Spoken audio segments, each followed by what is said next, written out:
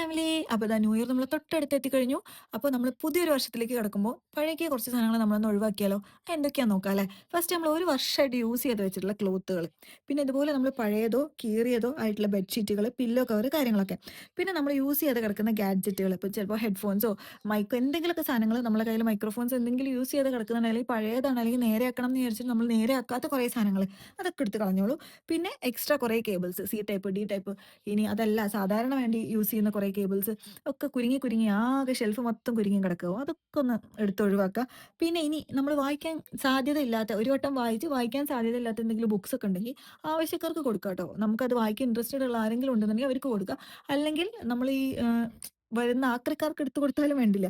എന്തായാലും ആരെങ്കിലുമൊക്കെ ഉപയോഗിക്കട്ടെ. പിന്നെ പഴയ റെസിപ്റ്റും കാര്യങ്ങളൊക്കെ കേട്ടോ. അത് എൻ്റെയൊക്കെ ഒരു മെയിൻ ഹോബി കേട്ടോ. അതായത് എൻ്റെ വീട്ടിൽ ആര് ഹോസ്പിറ്റലിൽ പോയി വന്നാലും അവരുടെ പ്രിസ്ക്രിപ്ഷനും അവരുടെ മരുന്നിൻ്റെ റെസിപ്റ്റൊക്കെ ഞാൻ എടുത്ത് വെക്കും. എന്തിനാണ് ഞാനത് ചെയ്യുന്നതെന്ന് ചോദിച്ചാൽ എനിക്കറിയില്ല ഗൈസ്.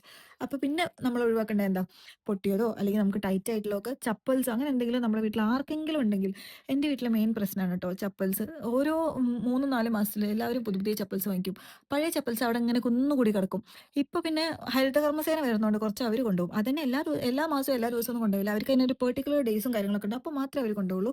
പക്ഷെ അപ്പോഴും അവർ വരുമ്പോൾ ഇതിൻ്റെ ഓണറോട് നമ്മളൊന്ന് ചോദിക്കും ഈ ചെരുപ്പ് കൊടുക്കട്ടെ എന്നുള്ള. അപ്പോൾ അവർ പറയും അയ്യോ പറ്റില്ല, ഇത് ഞങ്ങൾ യൂസ് ചെയ്യുന്ന ചപ്പലാന്ന് പറയുമ്പോൾ 6 മാസം 1 വർഷമായിട്ട് തൊട്ടിട്ട് പോലും ഉണ്ടാവില്ല. പക്ഷെ നമുക്ക് എടുത്ത് കൊടുക്കാൻ തോന്നില്ല. കാരണം എന്താ, അത് നമ്മൾ വീണ്ടും യൂസ് ചെയ്യുന്നുള്ളതാണ്. അങ്ങനത്തെ വല്ല ചപ്പൽസ് ഉണ്ടെങ്കിൽ മക്കളെ ഇപ്പം തന്നെ എടുത്ത് ഒഴിവാക്കിക്കോളൂ. പിന്നെ ഞാൻ എടുത്ത് പറഞ്ഞാൽ നമ്മൾ അധികം യൂസ് ചെയ്യാതെ വെച്ചിട്ടുള്ള ക്രോക്കറി ഐറ്റംസോ അല്ലെങ്കിൽ പൊട്ടിയതോ അങ്ങനത്തെ എന്തെങ്കിലുമൊക്കെ പാത്രങ്ങളോ കാര്യങ്ങളൊക്കെ ഉണ്ടെന്നുണ്ടെങ്കിൽ അത് ഒഴിവാക്കിക്കോളൂ.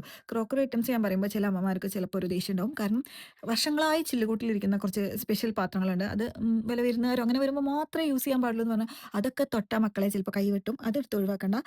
വില പൊട്ടിയ വല്ല സാധനങ്ങളൊക്കെ ഉണ്ടെന്നുണ്ടെങ്കിൽ നിങ്ങൾ വേഗം ഒഴിവാക്കിക്കോളൂ.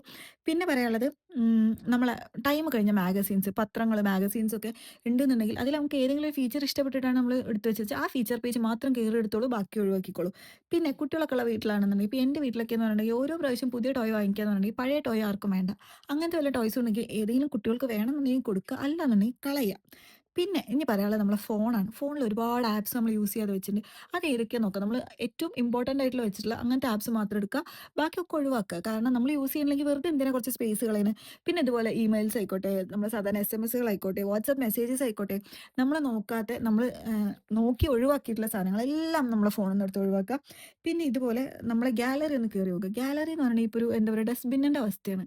കാരണം ഒരുപാട് ബ്ലർ ആയിട്ടുള്ള ഫോട്ടോസ്, ബ്ലർ ആയിട്ടുള്ള വീഡിയോസ്, കാര്യങ്ങൾ എന്തിനൊക്കെയോ വേണ്ടി തിളയ്ക്കുന്ന സാമ്പാർ എന്ന് പറഞ്ഞ മാതിരി എടുത്ത കുറേ വീഡിയോസ്, അത് നമുക്ക് ആവശ്യമില്ലടോ, അതൊക്കെ എടുത്ത് ഒഴിവാക്കുക. നമ്മൾ നോക്കാത്ത, നമ്മൾ വീണ്ടും നോക്കും, വീണ്ടും ആ മെമ്മറി നമ്മൾ റിയലൈസ് ചെയ്യും എന്നുള്ള ആ ഒരു സംഭവമാണെന്നുണ്ടെങ്കിൽ 1, 2 പിക്ചർ എടുക്കുക, ബാക്കിയൊക്കെ ഡിലീറ്റ് ചെയ്യുക. അപ്പം തന്നെ നിങ്ങളെ ഫോൺ നിങ്ങളോട് താങ്ക് യു പറയും കേട്ടോ. കാരണം നമ്മുടെ ഒരു എന്താ ഷാഡോ പോലെ നമ്മുടെ കൂടെ ഉള്ളതാണ് ഈ ഫോൺ. ഈ ഫോണിനെ നമ്മളൊരു ഡസ്റ്റ്ബിന്നിൻ്റെ മാതിരി ആക്കി വെച്ചാൽ ഫോണിന് എന്ത് സങ്കടം ഉണ്ടാവുള്ളൂ. അപ്പോൾ അതൊക്കെ എടുത്ത് ഒഴിവാക്കുക. പിന്നെ പറഞ്ഞിട്ടുണ്ടെങ്കിൽ ഏറ്റവും ഇമ്പോർട്ടൻ്റ് ആയിട്ട് നെഗറ്റീവ് ആയിട്ടുള്ള ഏതെങ്കിലും നമ്മളെ ഫ്രണ്ട്സോ ഫാമിലി മെമ്പേഴ്സോ ആരെങ്കിലും, അതായത് നമ്മളുടെ പ്രോഗ്രസ്സിനെ തടഞ്ഞു നിർത്തുന്ന ആരെങ്കിലും നമ്മൾ ചുറ്റോറുണ്ടെങ്കിൽ അവരെ എടുത്തൊഴിവാക്കാൻ ചിലപ്പോൾ നമുക്ക് പറ്റില്ലായിരിക്കും.